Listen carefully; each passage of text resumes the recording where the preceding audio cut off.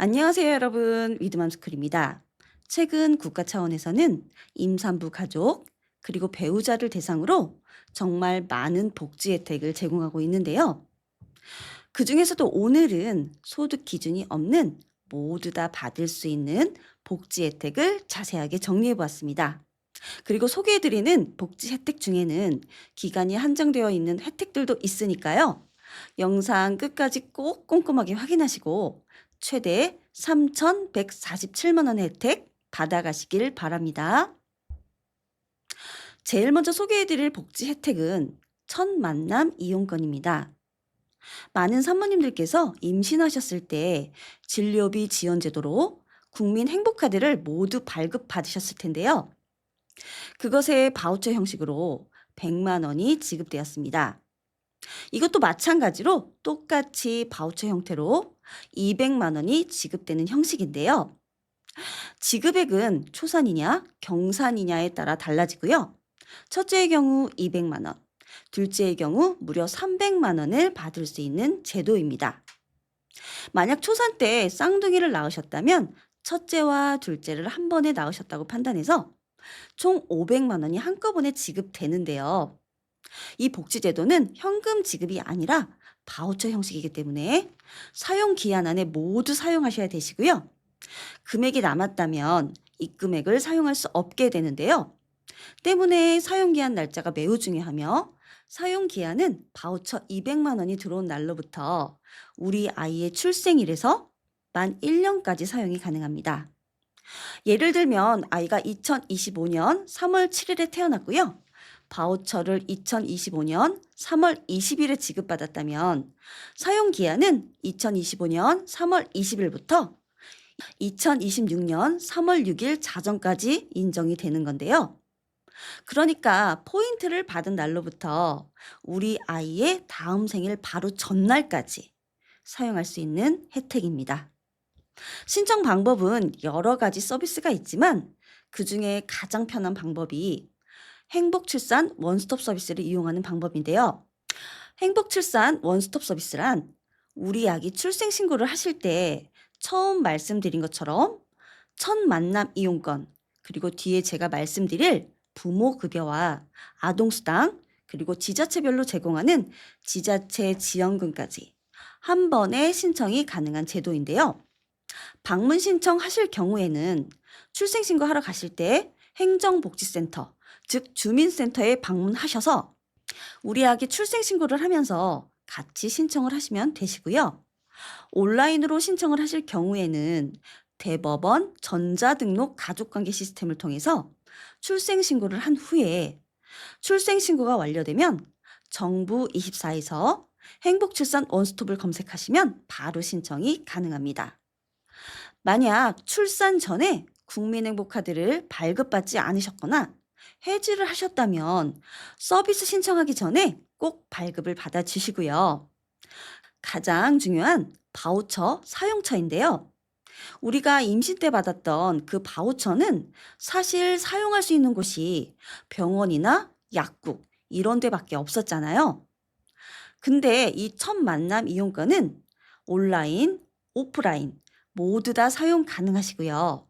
사행업종, 레저, 유흥, 이런 면세점, 그리고 상품권을 구매하는 것을 제외하고는 거의 모든 업종에서 사용이 가능하십니다. 그래서 아동을 위한 의복, 식료품, 그리고 가구에 많이들 소비하시는데요. 만약에 저도 200만 원을 받게 된다면 예전에 가격이 좀 비싸서 구매하지 못했던 아기 침대, 그리고 분유 제조기를 구입해보고 싶습니다. 자, 다음은요. 현금으로 가장 많은 금액을 받을 수 있는 부모 급여인데요. 이 급여는 계좌로 입금되기 때문에 신청하실 때 꼭 본인 명의의 계좌번호를 잘 알고 가시는 게 중요한데요. 부모 급여는 아이가 0개월부터 11개월까지 달마다 100만 원이 지급되고요. 12개월부터 23개월까지는 50만 원씩 지급받게 됩니다. 즉, 다른 변수가 없는 경우에는 2년 동안 총 1,800만 원을 받을 수 있는 제도인데요. 다만 여기서 변수가 생기는 경우에는 우리 아이가 2세가 되기 전에 어린이집을 보내는 경우에 국가로부터 보육료라는 걸 받게 되기 때문에 지금 지급되는 부모 급여는 줄게 되는데요.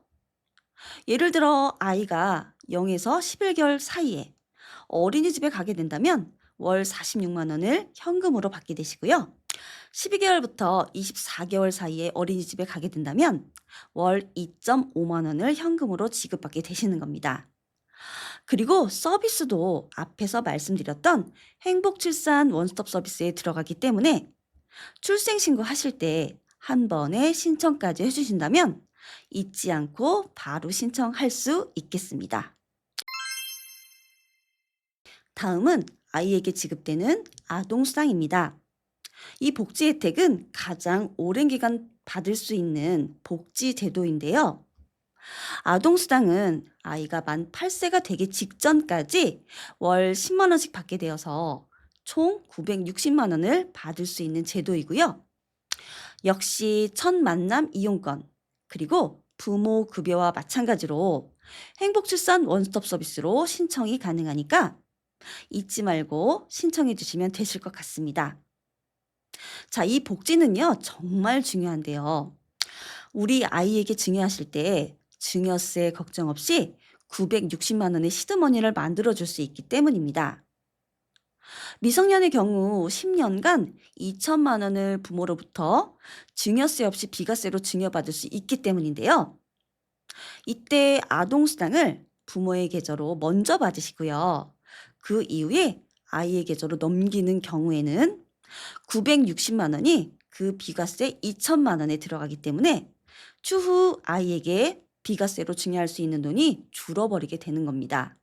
하지만 만약 출생 신고 후에 은행이나 증권사에 가셔서 아이의 계좌를 만드시고 아동수당을 받을 수 있는 계좌를 변경하게 된다면 국가에서 아이에게 다이렉트로 주는 방식이 되기 때문에 부모가 증여하지 않는 게 돼버립니다. 자, 이렇게 960만 원을 증여세 걱정 없이 아이에게 시드머니를 만들어 줄 수 있는 하나의 방법 꼭 기억해 주세요. 네 번째, 올해부터 새롭게 바뀐 산후조리원 세액공제입니다. 원래 작년까지는 소득 기준이 있었던 혜택이기 때문에 모두가 누릴 수 없는 혜택이었는데요. 올해부터는 이 소득 기준이 없어졌습니다. 정말 산후조리원 비용이 만만치 않았는데 이 산후조리 세액공제 덕분에 부담을 많이 줄일 수 있을 것 같아요. 공제율은 지출액의 총 15% 되고요. 공제 한도는 200만 원입니다. 제가 계산을 해보니까요. 약 1,300만 원을 지출했을 때 200만 원의 공제를 받을 수 있게 되더라고요.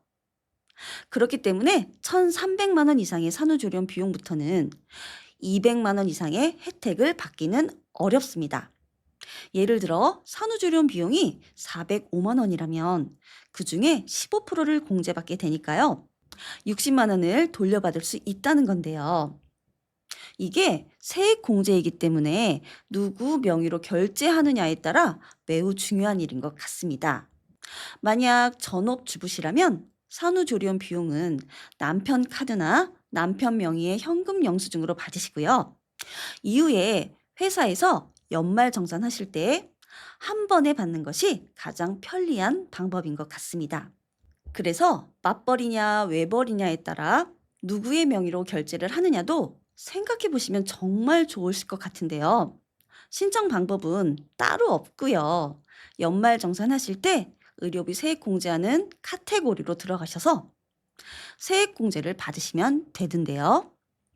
혹시 누락이 될 수 있는 경우도 있기 때문에 결제를 하실 때 현금 영수증이나 영수증을 꼭 챙겨주시는 걸 추천드릴게요. 다섯 번째는 정말 초간단한 방법으로 전기세를 감면받을 수 있는 한전 전기세 감면 서비스입니다. 출산 가정 경우에는 월 30% 전기료를 16,000원 한도로 받을 수 있는 혜택인데요. 이 혜택은 아이가 만 36개월이 되기 전까지 받을 수 있고 제가 계산해 보니까요. 5만 3천 원이 되면 16,000원을 풀로 받을 수 있게 되더라고요. 아마 대부분의 가정에서는 53,000원 이상의 전기료를 사용하지 않기 때문에 모두들 16,000원의 혜택을 받아가실 수 있을 것 같은데요. 신청 방법은 지역번호, 예를 들면 02-031 누르시고 123을 누르면 한전에 연락이 되는데요. 그쪽으로 바로 연결을 하시면 출생과정 전기료 감면 서비스에 대한 안내를 받아보실 수 있고요. 이 혜택 역시 아이가 출생 신고가 되어 있어야 하기 때문에 출생 신고 이후에 조리원에서 바로 신청을 하시면 여러분들이 잊지 않고 신청하실 수 있을 것 같습니다. 여름에 아이가 태열에 오르게 되면 에어컨을 정말 많이 틀게 되고요. 또 겨울에는 가열식 가습기를 사용하는 경우에 전기세가 정말 많이 들게 되는데요. 이럴 때 사용할 수 있는 한전 전기세 감면 꼭 잊지 말고 신청해 보세요. 마지막으로 서울시에 계시는 사모님들께 제공되는 산후조리 경비 지원 서비스입니다. 제가 알기로는 서울시뿐만 아니라 경기도 그리고 다른 지역들도 비슷한 사업을 진행 중이라고 알고 있는데요. 다만 우선 서울시 기준으로 설명을 드리겠습니다. 서울시에 거주하시는 산모님이시라면 임신 기간 중에 임산부 교통비 지원을 총 70만 원 받으셨을 텐데요. 그때 우리가 따로 카드를 발급받는 게 아니라 원래 사용하고 있던 카드에 70만 원의 바우처가 들어왔습니다. 이 사업도 동일한 사업인데요. 그때 지급받았던 신용카드의 바우처 형식으로 들어오게 되시고요. 바우처는 총 100만 원 지급이 되는 겁니다. 만약에 쌍둥이나 삼둥이일 경우에는 각각 200만 원, 300만 원을 받을 수 있는데요. 신청 기한은 출산일로부터 60일 이내에 꼭 신청을 해주셔야 되시고요. 출산일로부터 1년 이내에는 사용을 다 해주시면 되십니다. 신청 방법은 서울 맘케어 사이트에 접속하셔서 온라인으로 신청하는 방법도 있고요.